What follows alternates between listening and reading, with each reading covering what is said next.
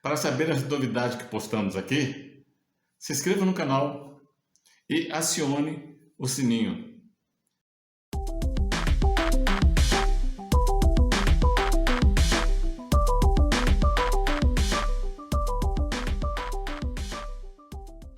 Ela foi diagnosticada como estéril e teve 4 filhos.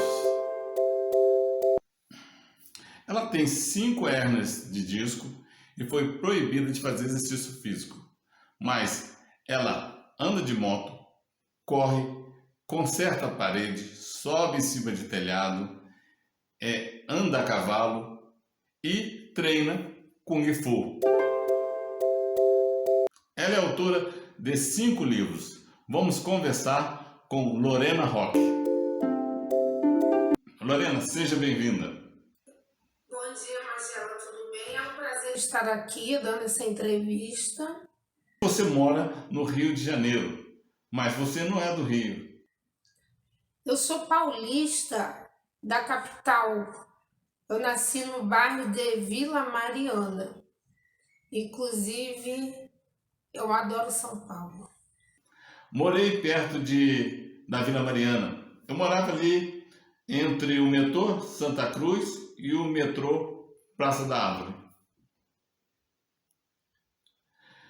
Você começou a trabalhar muito cedo, né? Quantos anos você tinha? E eu comecei a trabalhar com 14 anos de idade, praticamente. Trabalhei na Casa Matos, na Sloper, com massagem estética, com várias coisas. Você foi diagnosticada como estéril. Que idade você tinha? E como aconteceu de você ter 4 filhos? Conta essa história pra gente. E como foram os partos deles? 16 anos eu fui diagnosticada estéril. Eu tive alguns problemas, fui à médica e o ginecologista me disse que eu nunca poderia ter filhos, que eu tivera uma disfunção e ficara estéril. E isso seria impossível reverter. Isso foi o que a médica falou. Aí o que eu fiz? Eu acho que eu nunca dei muita importância, né, às coisas. Aí eu fui seguir minha vida, aos 18 anos casei, fui para São Paulo novamente, que eu estava no Rio nessa época. E aos 19 anos tive meu primeiro filho, que é o meu filho mais velho, Felipe. Inclusive o parto dele foi super perigoso porque ele estava sentado. Então foi um erro médico. Naquela época eu não fiz aquela ultrassom, né? E o médico disse que ele estava na posição correta, só que ele nunca esteve na posição correta. E eu mesmo sentia que ele estava sentado. Então eu lembro que na sala de parto tinha uma enfermeira que estava com muito medo, que ela achava que um dos dois ia morrer, ou eu ou ele. Porque na hora foi aquela correria, a criança está sentada, né? Está nessa posição que só seria adequado uma cesariana, mas não tinha mais tempo. Aí o que fizeram? Eu tomei a Ráquia e eu lembro que foi uma equipe médica que fez o parto e fizeram a massagem e o Felipe nasceu sentado. Né? Como dizem, de bumbum para a lua, porque a lua já estava aparecendo no céu, eram umas 5 e pouco da tarde. Ele nasceu um pouquinho sem ar, mas foi para o balão de oxigênio e tudo certinho. Um tempo depois, tomando anticoncepcional, eu engravidei do meu segundo filho,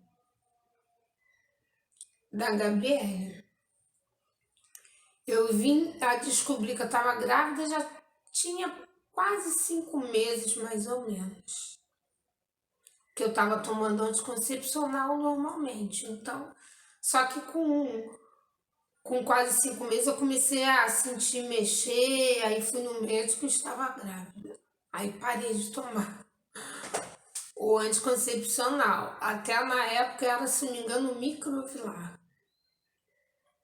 Aí mais uma gravidez, foi muito em cima da hora, eu nem fiz pré-natal, né? Foi uma fase um pouco conturbada. E numa certa noite, né, no dia 6 de abril, eu comecei a sentir, ou melhor, 5 de abril, eu comecei a sentir dores.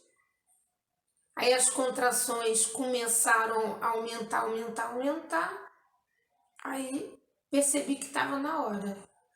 Aí a minha família me levou para o hospital, que era a maternidade de São Paulo. Eu lembro que a maternidade estava até um pouco vazia. Aí chegamos lá mais ou menos umas 9h30 da noite. Aí a médica virou para minha família e disse: vocês podem ir embora, porque essa criança só vai nascer amanhã de manhã. Então eles concordaram.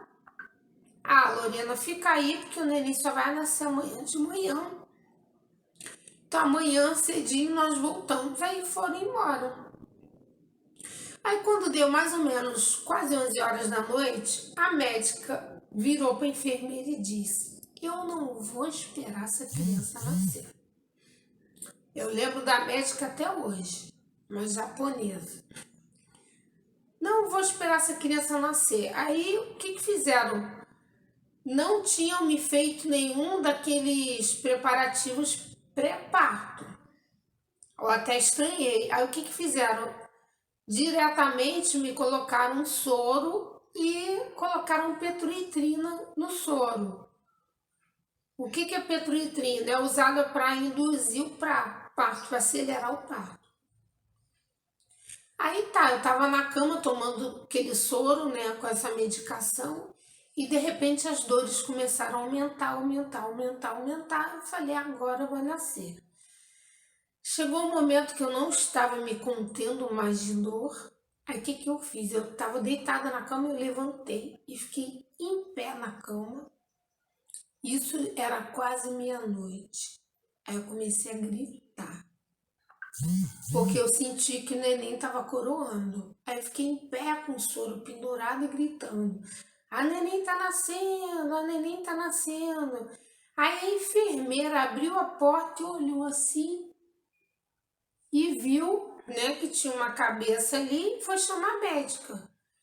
Quando a médica chegou no quarto, o que ela falou? Ela ordenou que eu abaixasse. Nisso que eu abaixei, a cabeça entrou de novo. Aí ela disse: agora você deita na cama. Eu estava abaixada de cócoras. Eu falei: eu não vou deitar. A médica virou para mim e disse: então eu não vou fazer o seu parto. Aí eu falei: pode ir embora. A médica se retirou do quarto e eu de cócoras fiquei fazendo massagem para a neném nascer. E isso que aconteceu, de cócoras, eu lembro que eu me tremia toda e fiz a massagem. A neném já estava totalmente na cama, diretamente na cama. Aí quando eu peguei o umbigo, né, cordão umbilical, para cortar com os dentes, que é assim que as índias fazem, só isso que eu tinha em mente, pegar o cordão e cortar. A médica, né, a gente espera a pulsação parar para cortar. Aí nisso a médica chegou no quarto, viu a criança na cama, cortou o cordão e levou a criança embora. Então foi dessa forma que Gabriele nasceu. Aí mais tarde, além de manter o anticoncepcional, eu comecei a usar tabela. Eu imaginei: essa combinação aqui vai dar certo. Aí no belo dia que eu era considerada infértil, né, o dia da tabela que a mulher é considerada infértil, pois engravidei do meu terceiro filho, Rodrigo. Aí ele nasceu de cócoras também, só que não foi nada combinado, né? Chegou na adventista, eu nunca consigo deitar na hora de ter nenê, me mantive de cócoras. Aí uma equipe médica também que fez o parto, e o parto foi feito de cócoras. Aí eu lembro que eu levei 2 pontinhos, Rodrigo nasceu. Aí já estava indo pro quarto filho, né? Aí nisso, aí o que foi resolvido? O pai deles resolveu, vou fazer vasectomia. Ele fez vasectomia, depois de 6 meses fez exame, já estava infértil, né? Não poderia mais fazer filhos. Aí tá, mas como a neura de engravidar era grande, o que aconteceu? Nós tivemos relações só que com coito interrompido. Isso 2 meses após a verificação do exame. E, pasmem, engravidei de novo. Aí foi aquele bafafá, né? O médico, ela deve ter pulado a cerca, porque a sua vasectomia foi feita de forma irreversível, né? Porque foi feita assim, foi retirado 4 centímetros de cada canal seminal, né? E cauterizado. Então, segundo o médico, era irreversível. Mas o que aconteceu? 1 ano depois que ele foi abrir para fazer nova vasectomia, que ele já tinha feito o exame, ele estava fértil de novo. Por quê? Porque do lado direito foi reconstruído um microcanal seminal.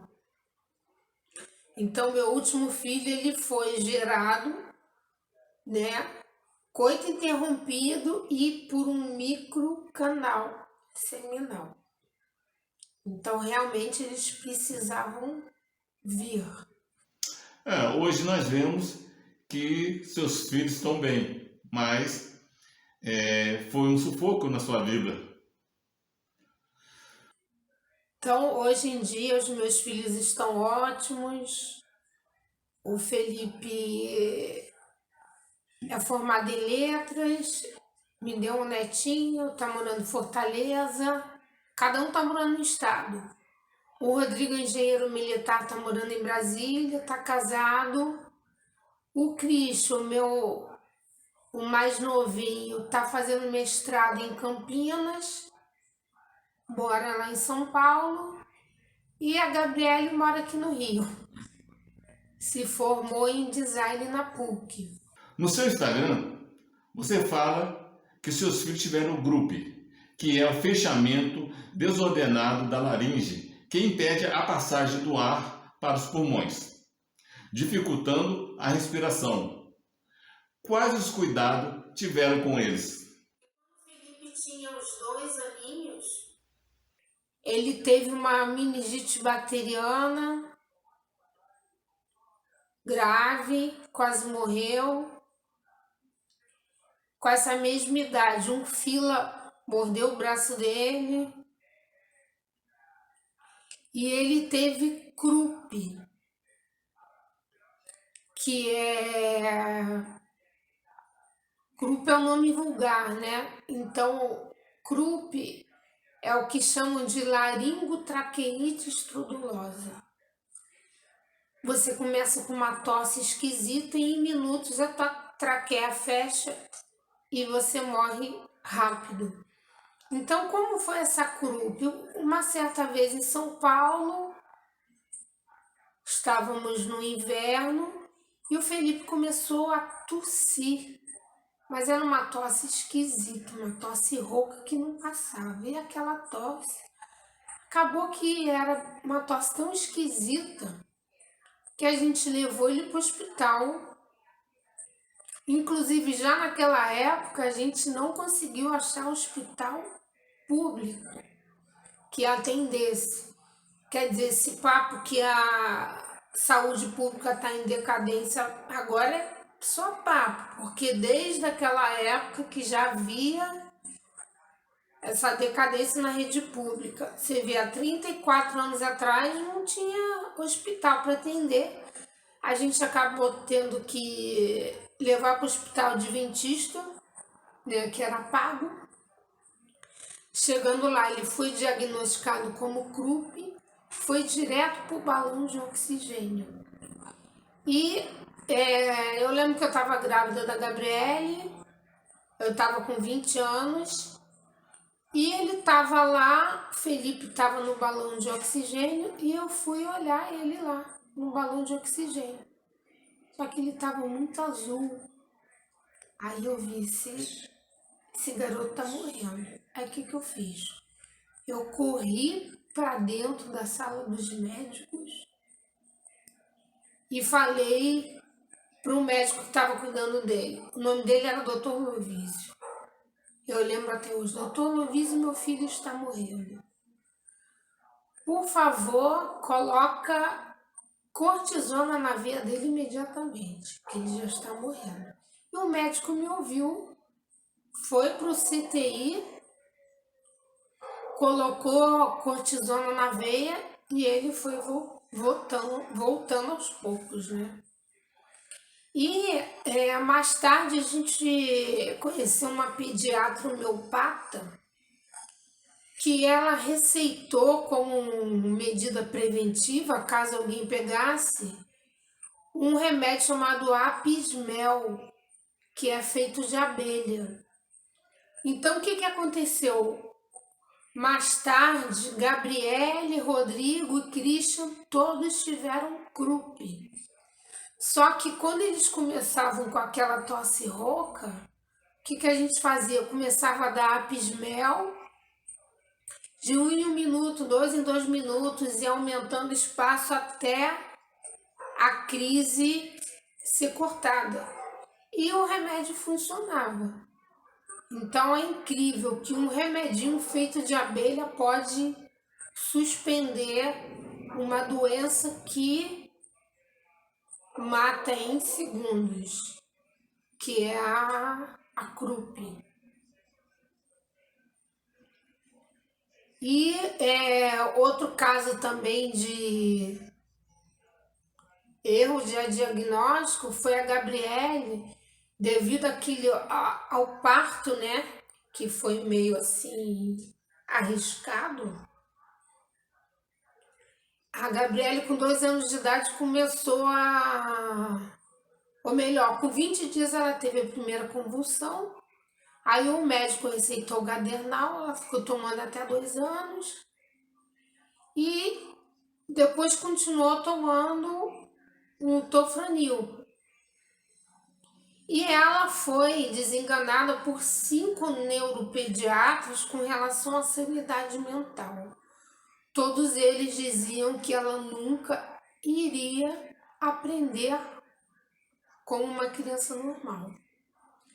E quando ela fez 8 anos de idade, eu resolvi suspender a medicação, tarja preta dela, que me deu na telha, vou suspender.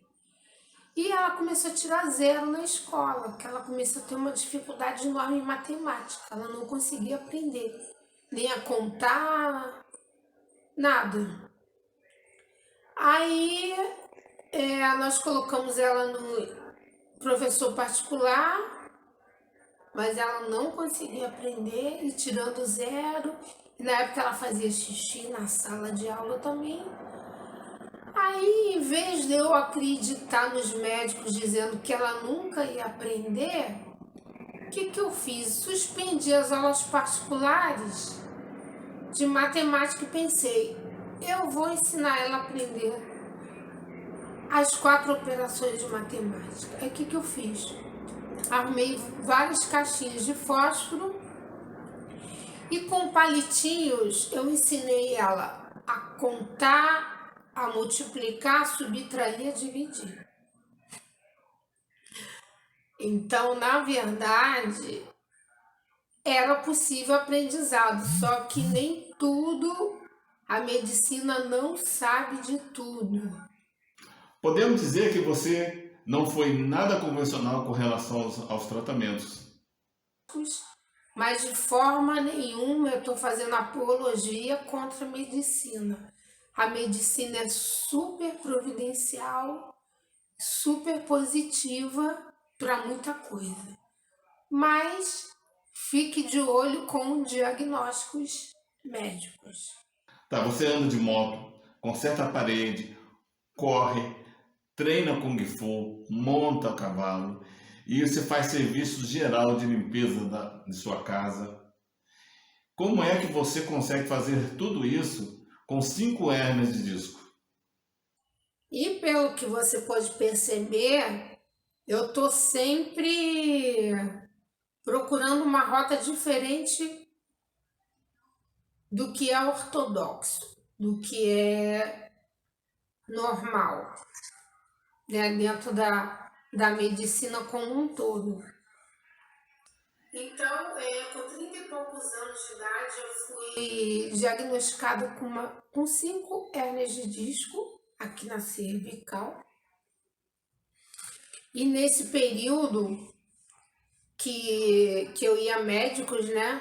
Porque essa minha situação estava piorando cada vez mais, eu comecei a seguir alguma das prescrições, como não fazer exercícios de impacto, não fazer musculação, andar só com mochila, travesseiros especiais. Eu só não tomava tarja preta. Eu ficava com a dor mesmo. Aí o que aconteceu? Mesmo com as fisioterapias, eu notava que o meu quadro piorava e o meu corpo estava cada vez mais fraco.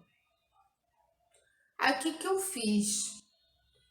Uns aninhos depois eu consegui quebrar essa inércia do sedentarismo e mesmo sendo proibida de várias atividades físicas pelos vários médicos que eu fui, eu voltei a correr, fazer musculação. Com 50 anos comecei a treinar Kung Fu.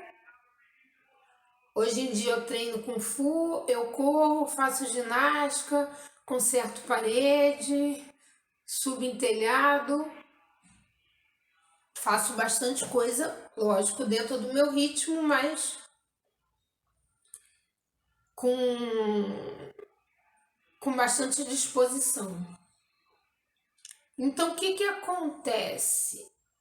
Eu acredito que as pessoas aprenderam que a decadência física é algo natural. Então, eu concordo que todo mundo envelheça, mas eu não concordo com o envelhecimento decadente. Eu acredito de fato que o nosso corpo ele precisa de movimento e de exercício. Então, se você mantém isso até o longo da sua vida, até o final da sua vida, você pode sim ter uma qualidade de vida excelente. Um grande obstáculo, por incrível que pareça, ao meu ver, é o obstáculo mental. É o que você aprendeu que a partir de 40 anos você vai entrar numa decadência normal. Só que eu não acredito nisso. Então eu acho que é exatamente o contrário. Quanto mais idade, mais você precisa de movimento e de exercício para postergar, sim, problemas de artrite, artrose. E além de postergar, na verdade, as atividades físicas podem até anular. Porque há 10 anos atrás eu tinha artrite, artrose, eu tinha todas essas coisas. Eu não conseguia nem abaixar direito. Hoje em dia eu fico de cócoras, eu abaixo normalmente, eu faço tudo. Então eu acredito que essa decadência está ligada à sua consciência, ao que você acredita, com relação ao processo de envelhecimento. Então, ao meu ver, eu não acredito no envelhecimento decadente, eu acredito no envelhecimento normal, mas com bastante vigor.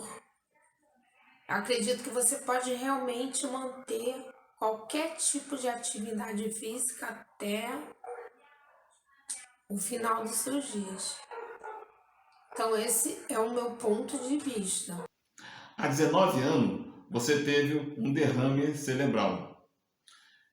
Ficou alguma sequela? Em 2002, exatamente no mês de junho, eu tive o que é conhecido como um derrame cerebral. Aí eu fiquei 15 dias com o lado esquerdo paralisado, né? Uma isquemia. Agora, com relação a esse derrame, que ao meu ver, se trata na verdade de um fenômeno de expansão de consciência, eu relato de forma detalhada em 3 episódios no meu Instagram. Então, eu tive esse chamado, né, derrame cerebral por constrição de veias.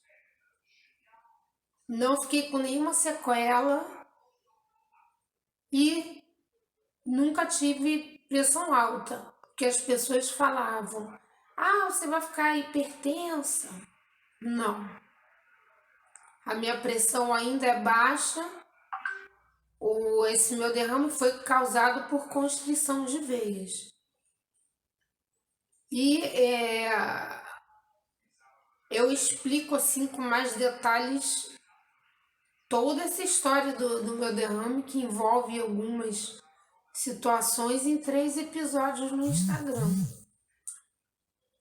Confere lá. Você é uma autodidata. Estudou radiestesia, mas o que é radiestesia e quais os seus benefícios? Radiestesia, meu tema favorito. Em 1999, eu fiz um curso de cromoterapia, onde o professor se utilizava da radiestesia para, assim, utilizar a cromoterapia. O que quer dizer isso? A função da radiestesia é de detectar energias, ou melhor, captar informações energéticas ou informações variadas. Porque a radiestesia ela é usada na pesquisa hidromineral, até na criminológica. Radiestesia na Europa é considerada como uma ciência, aqui no Brasil como um misticismo. Eu mesma já fui chamada várias vezes de charlatã, porque as pessoas não têm conhecimento profundo da radiestesia e principalmente de como funciona o movimento pendular. Então, como é isso? Digamos que eu quero captar a informação do subconsciente de alguém. Então, eu vou focar naquela informação. Então, o nosso sistema cerebral, ele tem sensores magnéticos que alcançam distâncias inimagináveis. Então, nesse momento que eu estou focando naquela informação, o meu sensor já captou essa informação e essa informação vai ser enviada como um sinal para o meu cérebro, o meu sistema nervoso. E devido a uma ação neuroreflexiva muscular, as miofibrilas dos meus dedos vão se mexer para dar a resposta certa, né? Fazendo o pêndulo girar para a direita ou para a esquerda, dando a resposta negativa ou positiva. Então, na verdade, esse movimento pendular, ele é voluntário. Ele vem do comando de um comando cerebral. Então, a nossa mão mexe. Então, algumas pessoas, né, que se diziam até radiestesistas, ficavam olhando para minha mão mexe, porque em fração de segundos eu perco a consciência para captar essa informação, e essa informação é expressa através dessa ação neuroreflexiva muscular. Então, a minha mão mexe, porque esse movimento é voluntário. Então, é exatamente ao contrário. Se a mão ficar dura, não tem movimento voluntário cerebral nenhum. Quer dizer que você pode estar manipulando a resposta pendular através de uma ação mental. Aí é o contrário. Então eu virei para a pessoa, porque a pessoa, né, falou que tinha morado muito tempo na França. Aí ela falou: ah, minha mão não se mexe. Eu falei: porque sua mão não se mexe porque justamente você não está usando a técnica certa. É a sua mente que está manipulando a informação, porque a nossa mão obrigatoriamente mexe. Então é assim que funciona o movimento pendular. Né? Aí tem várias técnicas. Eu uso a técnica da polaridade, porque eu sou uma radiestesista sinestésica e mentalista. Então, o radiestesista sinestésico, ele é muito sensível a nível físico, né? O sistema nervoso dele é mais sensível a todo tipo de radiação. Então, como que eu faço verificações? Eu me conecto na polaridade certa da pessoa, com a mão esquerda, com a minha mão antena, e com o pêndulo eu verifico as informações daquela pessoa de alguma situação. Então, é dessa forma que a radiestesia funciona. Então, na prática, ela serve para buscar milhões de informações, para trazer autoconhecimento, para trazer soluções, né? Para fazer verificação de energia mesmo, para ver como que está o estado dos seus chakras, da sua saúde. Então, porque na verdade o pêndulo ele está codificando e expressando a informação que o radiestesista está captando. Então, o pêndulo faz esse papel. Antigamente, o que era muito utilizado para principalmente achar água no solo era aquelas varinhas de aveleira, né? Tem uma bifurcaçãozinha.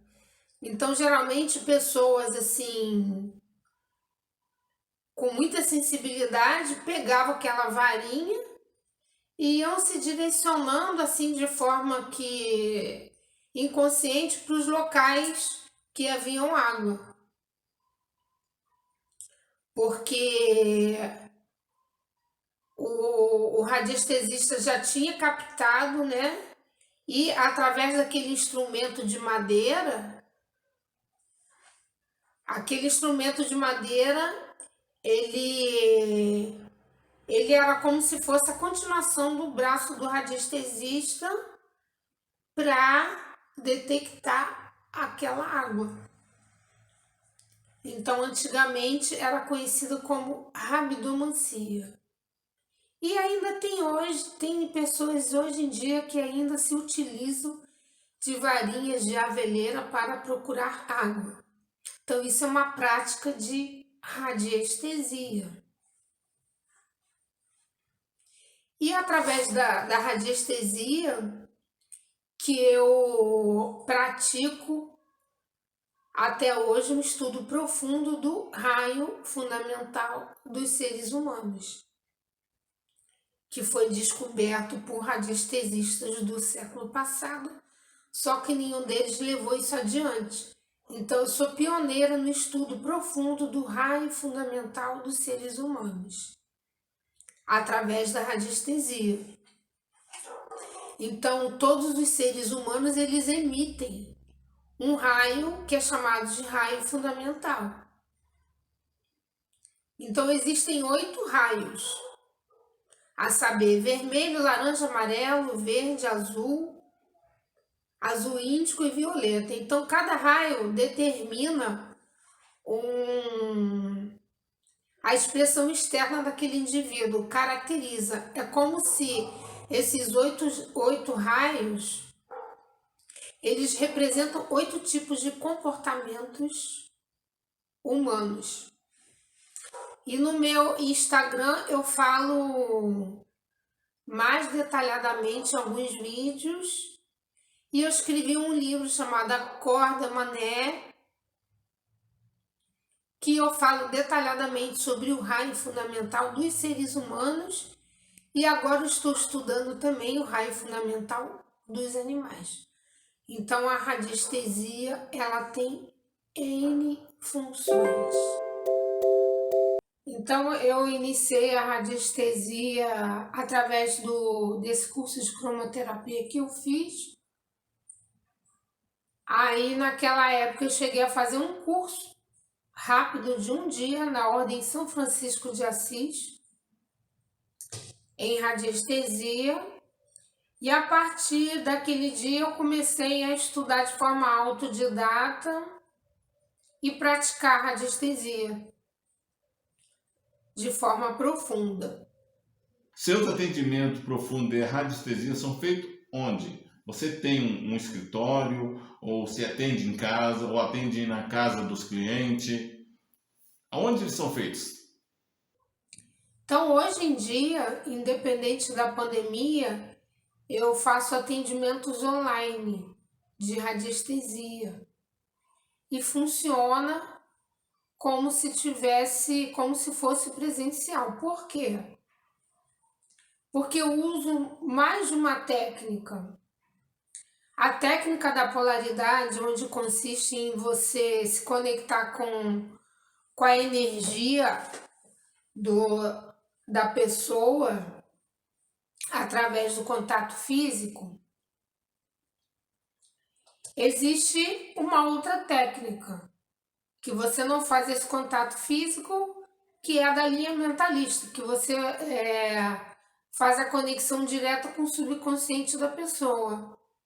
Então é essa técnica que eu estou utilizando para fazer os atendimentos online e até também de plantas de casa.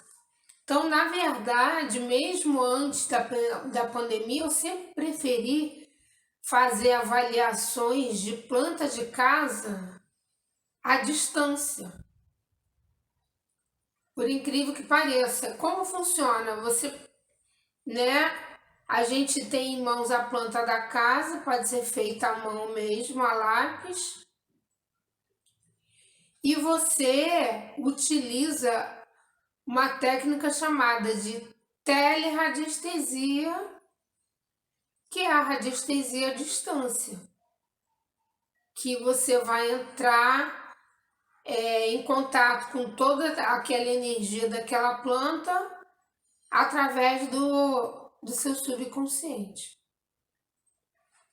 Então, hoje em dia, eu estou fazendo qualquer tipo de atendimento de radiestesia online e posso lhe dizer que não é menos eficaz do que se fosse presencial. Tem a mesma eficácia desde que a gente use a técnica adequada. E na prática, como que é esse atendimento de radiestesia online.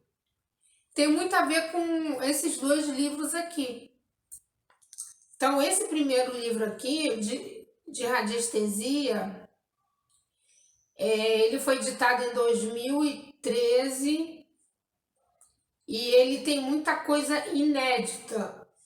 Tem gráficos que eu criei, tabelas de numerologia de cores, o chakra dos animais, e aqui eu falo sobre o raio fundamental, que é um tema que eu pesquiso e pratico há quase 23 anos.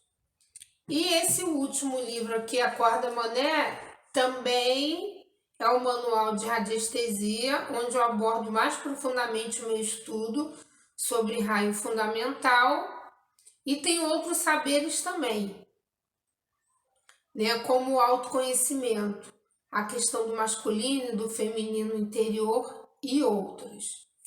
Então, o meu atendimento, primeira coisa que eu faço é verificar qual o raio fundamental da pessoa.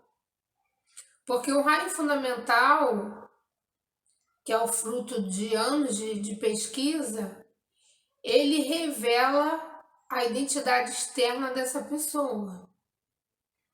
Então, ao saber do raio fundamental de uma pessoa, a gente consegue compreender melhor essa pessoa e reconhecer várias características. A segunda coisa que eu vejo é qual é o raio fundamental dos pais dessa pessoa, porque é através do raio fundamental dos pais que estão a nossa potência feminina e masculina. Então, o nosso potencial está todo nessa dinâmica dos raios do pai e da mãe. Então, essa avaliação da identidade interna e externa através do raio fundamental simplesmente descreve a pessoa como um todo, revelando assim os potenciais muitas vezes ocultos das pessoas por falta de autoconhecimento. Então, essa primeira análise que eu faço na radiestesia, e em cima disso a gente pode questionar qualquer questão que exista, né? E com relação à casa da pessoa, eu vejo basicamente 3 questões na casa. A primeira questão está relacionada a memórias. Então, muitas vezes a gente tem vários bloqueios e problemas devido a memórias dentro de nossas casas, nos móveis, nas paredes. Então, eu vejo essa questão de memórias. Eu vejo a questão das radiações eletromagnéticas nocivas, que é um bombardeio secreto, né, que a gente recebe sem saber e fica doente sem saber, que é por causa disso. E a outra questão que eu vejo é uma questão ligada ao Feng Shui, né, o básico do Feng Shui, como está a disposição, né, qual a área que está precisando resolver, que precisa curar. Então, meu atendimento, os dois temas mais básicos é ver essa análise da identidade interna e externa da pessoa, juntamente com a casa, que aí a gente tem um alcance maior no campo energético da pessoa. E se quem quiser mais informações, No meu Instagram, eu falo mais detalhadamente sobre os raios fundamentais e aqui na Corda Mané eu falo profundamente sobre o raio fundamental dos seres humanos. Então, quem tiver interesse pode adquirir um exemplar ou dar uma olhada no meu Instagram para ter uma noção do que se trata. Então, na verdade, o Acorda Mané é um manual de autoconhecimento.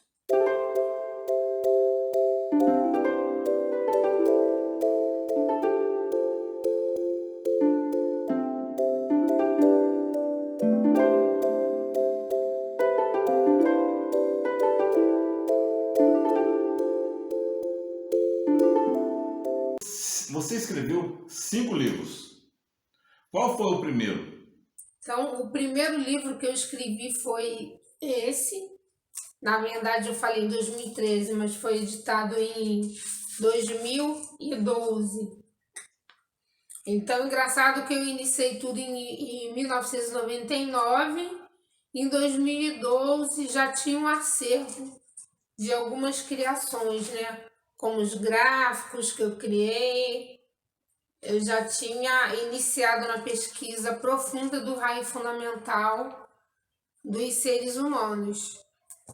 O segundo livro que eu escrevi foi em 2014. Já não tem nada a ver com radiestesia. Esse livro aqui, O Resgate de Maria Metálica, ele aconteceu a partir de um sonho. Eu lembro que eu estava fazendo um curso de raciocínio lógico, aí eu sonhei com uma menina super poderosa e esse local era conhecido como Cidade do Cimento, era uma cidade subterrânea.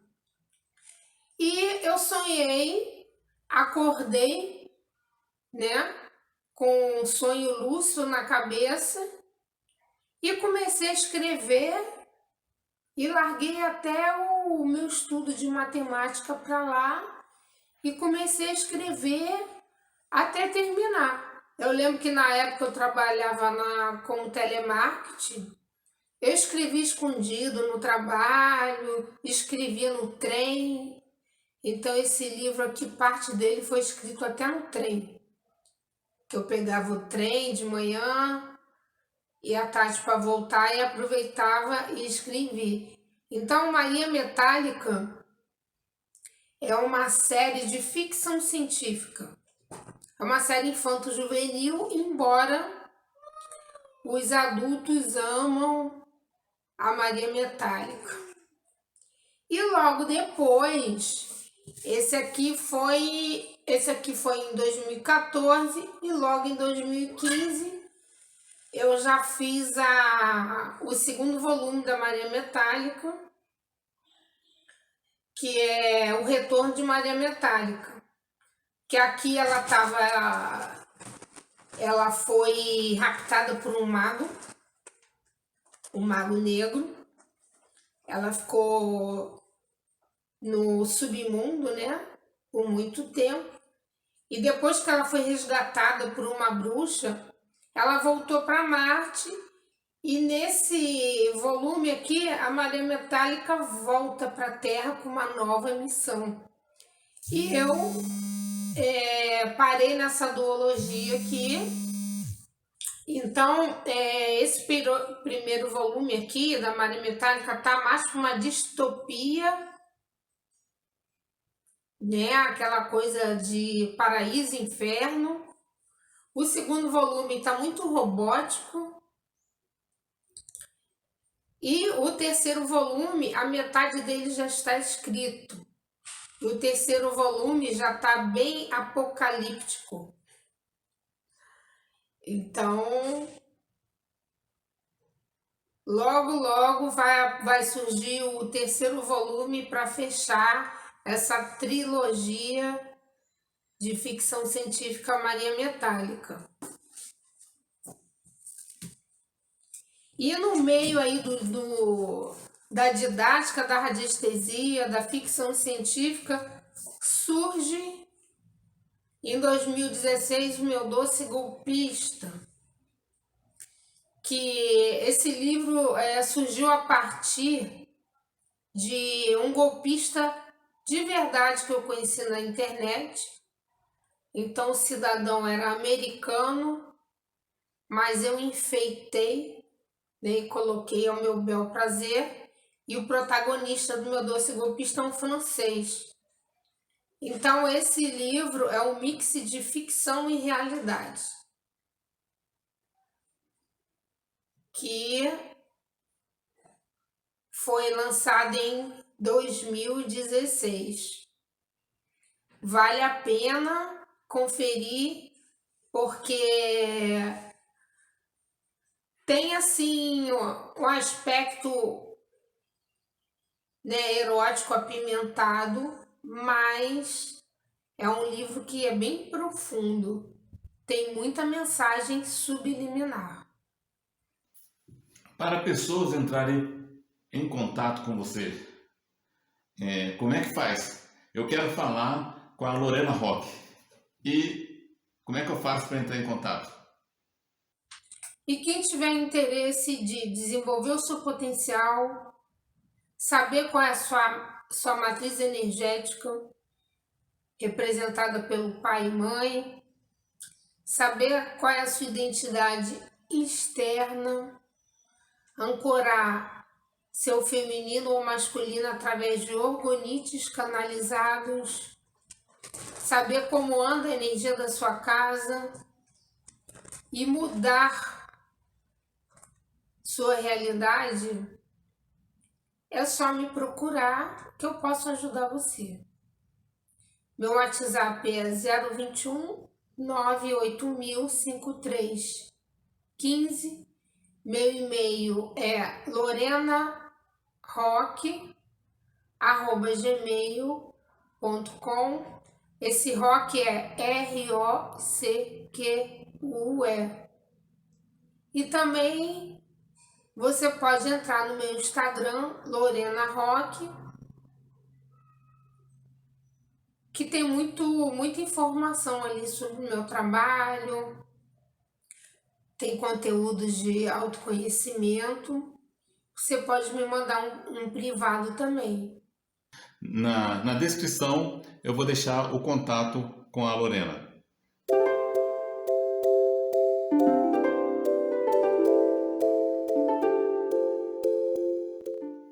Lorena, eu te agradeço por essa entrevista. Te desejo muitos sucessos, que você continue nessa sua caminhada e que Deus te abençoe e te ilumine. Um grande abraço, fique com Deus. Então, Magela, foi um grande prazer em participar dessa entrevista. Desejo muito sucesso para você e um beijo para todos que estiverem me assistindo agora.